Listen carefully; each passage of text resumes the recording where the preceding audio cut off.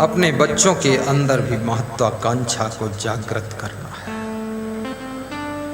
भौतिक उन्नति भी आवश्यक है और आध्यात्मिक उन्नति भी आवश्यक है। धनवान होना भी जरूरी है और धर्मवान होना भी जरूरी है। यदि केवल धनवान बनोगे तो धन तुमको भ्रष्ट कर देगा, शराब में गिरा देगा, जुआ में गिरा देगा, मांस मछली में गिरा देगा, होटल में गिरा देगा, बोतल में गिरा देगा, टोटल में गिरा देगा, व्यभिचार में गिरा देगा। ये धन बहुत खतरनाक है। लेकिन धन के खतरों से बचने के लिए धर्मवान होना जरूरी है।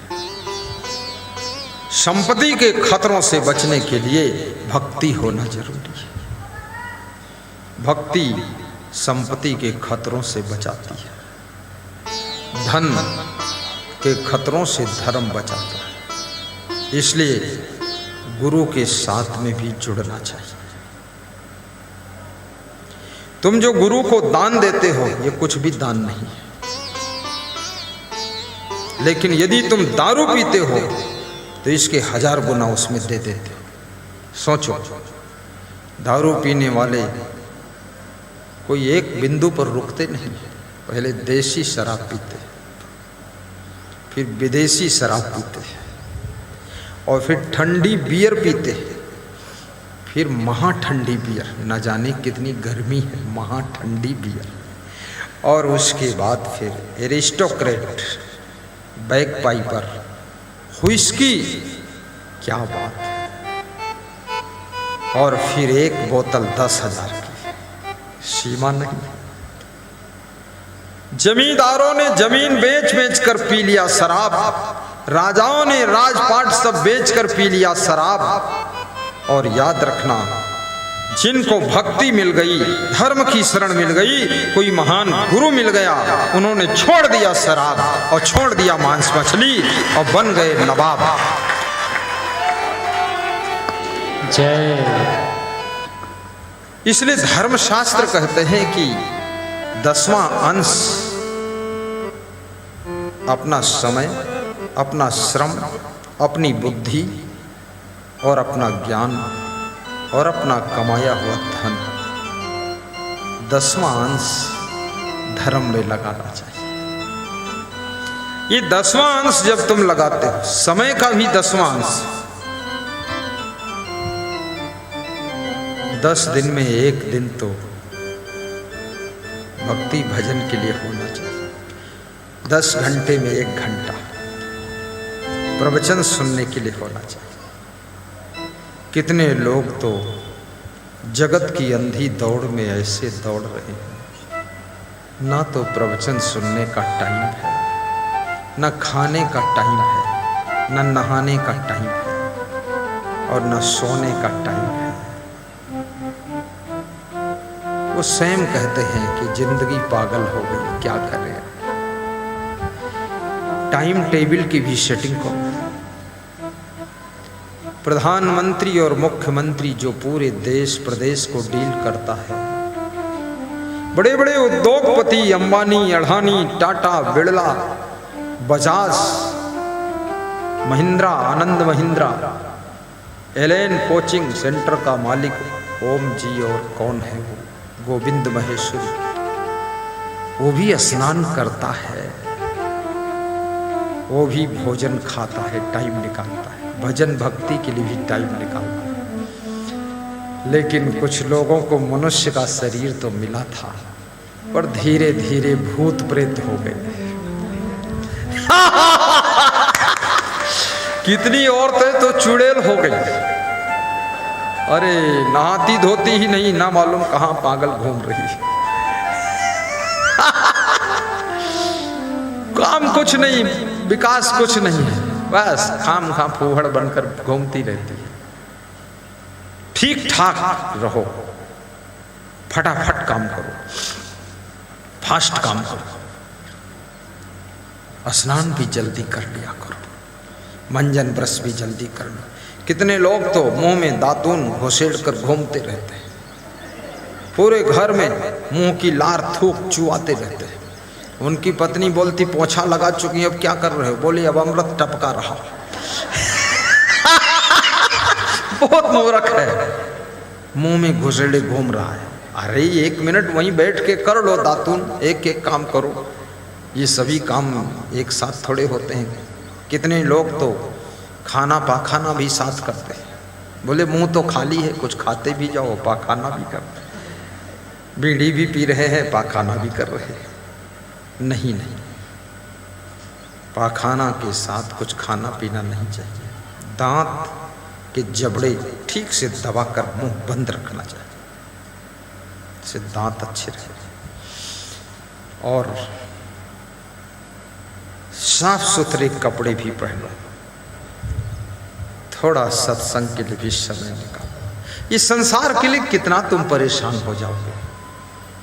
60 साल 70 साल निकल गए दौड़ते दौड़ते, हाथ में क्या आया है बताओ। आप अपने बेटों से पूछो, उनके दिल पे हाथ धर के, क्या तुम मुझसे खुश हो? बहुओं से पूछो, लाड़ियों से, तुम मुझसे खुश हो? अपनी वाइफ से पूछो, तुम मुझसे खुश हो? तो वाइफ ही कहती है, तुम्ही से तो सबसे ज़्यादा दुखी हूँ, भूत प्रेत बने रहते हो, टाइम पर खाते भी नहीं, सब तुमसे परेशान।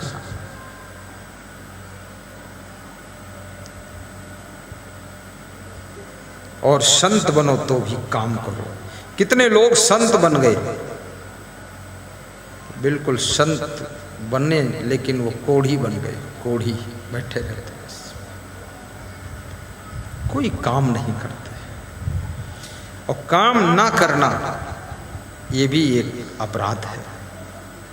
काम ना करने से पूरे जगत की व्यवस्था बिगड़ती है।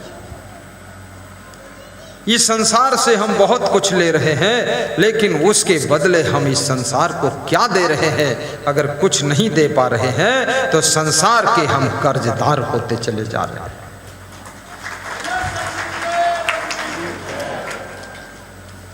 हम सड़क पर चलते, लेकिन हमने सड़क नहीं बनाया। हम गाड़ी में चलते, हमने गाड़ी नहीं बनाया। हम बल्ब का उजाला लेते हैं, बल्ब नहीं बनाया। माइक में बोलते, पर माइक हमने नहीं बनाया। ये वीडियो कैमरे का हम काम लेते, ये भी हमने नहीं बनाया। ये कुर्सियों को हमने नहीं बनाया, पर बैठते हैं तो याद रखना किसी ने तो बनाया होगा, और जिसने बनाया होगा उसको मेहनत पड़ी होगी कि नहीं पड़ी होगी।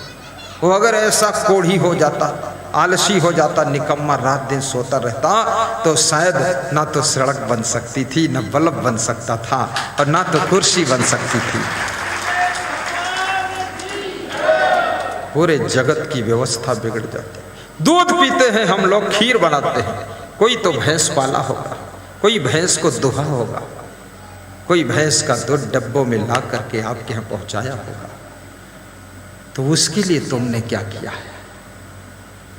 किसी माँ बाप ने तुमको जन्म दिया होगा, पालन पोषण किया है, तुम्हारा मलमूत्र उठाया है, धोया है, उसके लिए तुमने क्या किया है? किसी गुरु ने तुमको ज्ञान दिया है, आज तुम बहुत बड़े ज्ञानी हो गए, उस गुरु के लिए तुमने क्या किया है? अरे ये सब कर्ज उतार दो, उसके बाद मरना। अगर पहले मर गए तो कर्ज उतारने के लिए तुमको भैंसा बनकर पैदा होना पड़ेगा, कर्ज उतारना पड़ेगा। जो लिया है इस दुनिया से, उसको कर्जा तो उतारो प्रभु मेरे। आप किसी के घर में लाड़ी बनकर गई, वहां घर तुमने नहीं बनाया, लेकिन घर बना बनाया मिला तो किसी ने तो बनाया होगा ना। कमरे मिले, दरवाजे मिले, खिड़की मिली, पंखा लगे मिले, कूलर लगा मिला, एसी लगी मिली, किचन बना हुआ, सब गैस वैस सिलेंडर और धुआं चिमनी सब फिट, और ऐसी लाड़ी पहुंची, सारे घर को धुआं धुआं कर दिया। अरे ये सब बनाया है तुम्हारे सास ससुर ने, तुम्हारे पति ने, तो जरा उनके ऊपर कुछ एहसान रखो कर्जा, कि अब हमको कम से कम बना बनाया किचन मिल गया, तो ऐसी रसोई तैयार करूंगी ताकि सास ससुर भी गदगद हो जाए, ताकि ये कर्जा उतर जाए। कितने लोग गुरु के पास शिष्य बनते हैं, बड़े कामचोर, अच्छे कमरे में सोएंगे, गद्दे पर सोएंगे, बेड पे सोएंगे, पंखा रात दिन चलाएंगे, उनसे कह दो थोड़ा आलू छीलना है, तो कहते हैं ये तो काम कभी किया नहीं हूँ। नाक में बोलते, अरे नाक में मत बोल, मुंह खोल।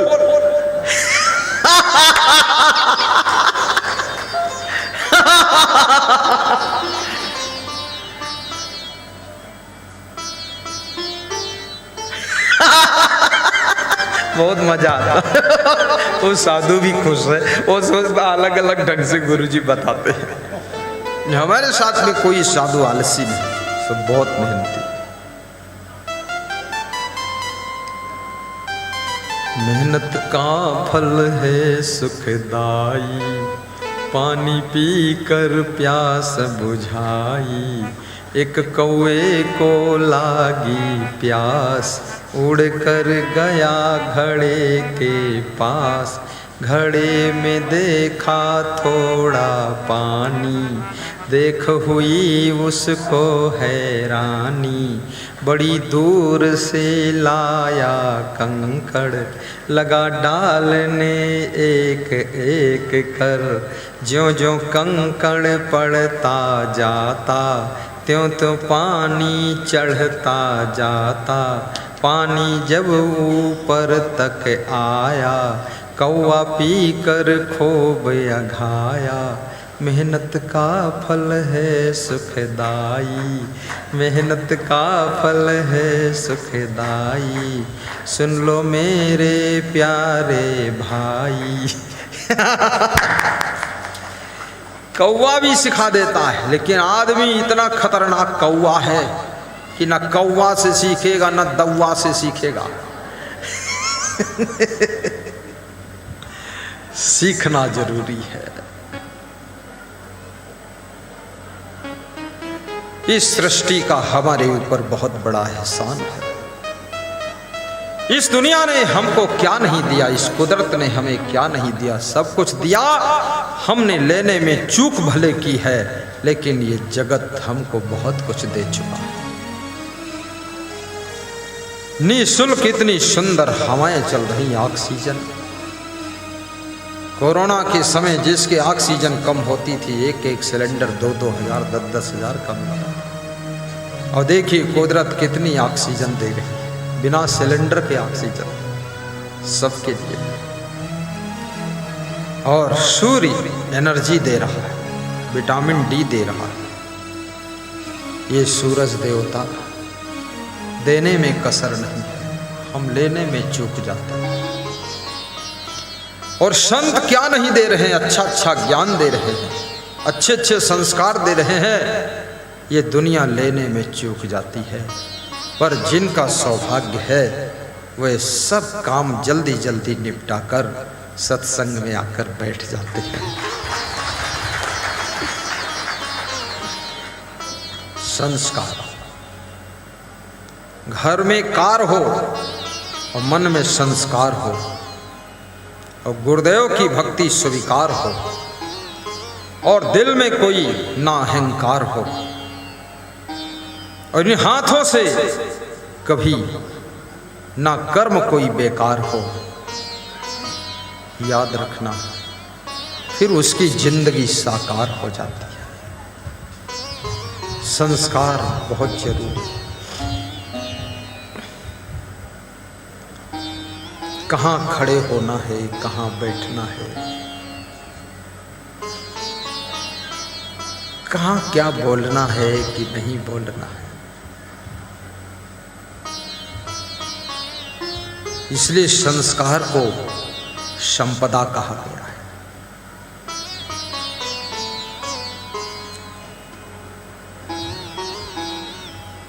सीखो सत्संग से, सीखो सद्ग्रंथों से, और सीखो यूट्यूब के प्रवचन से।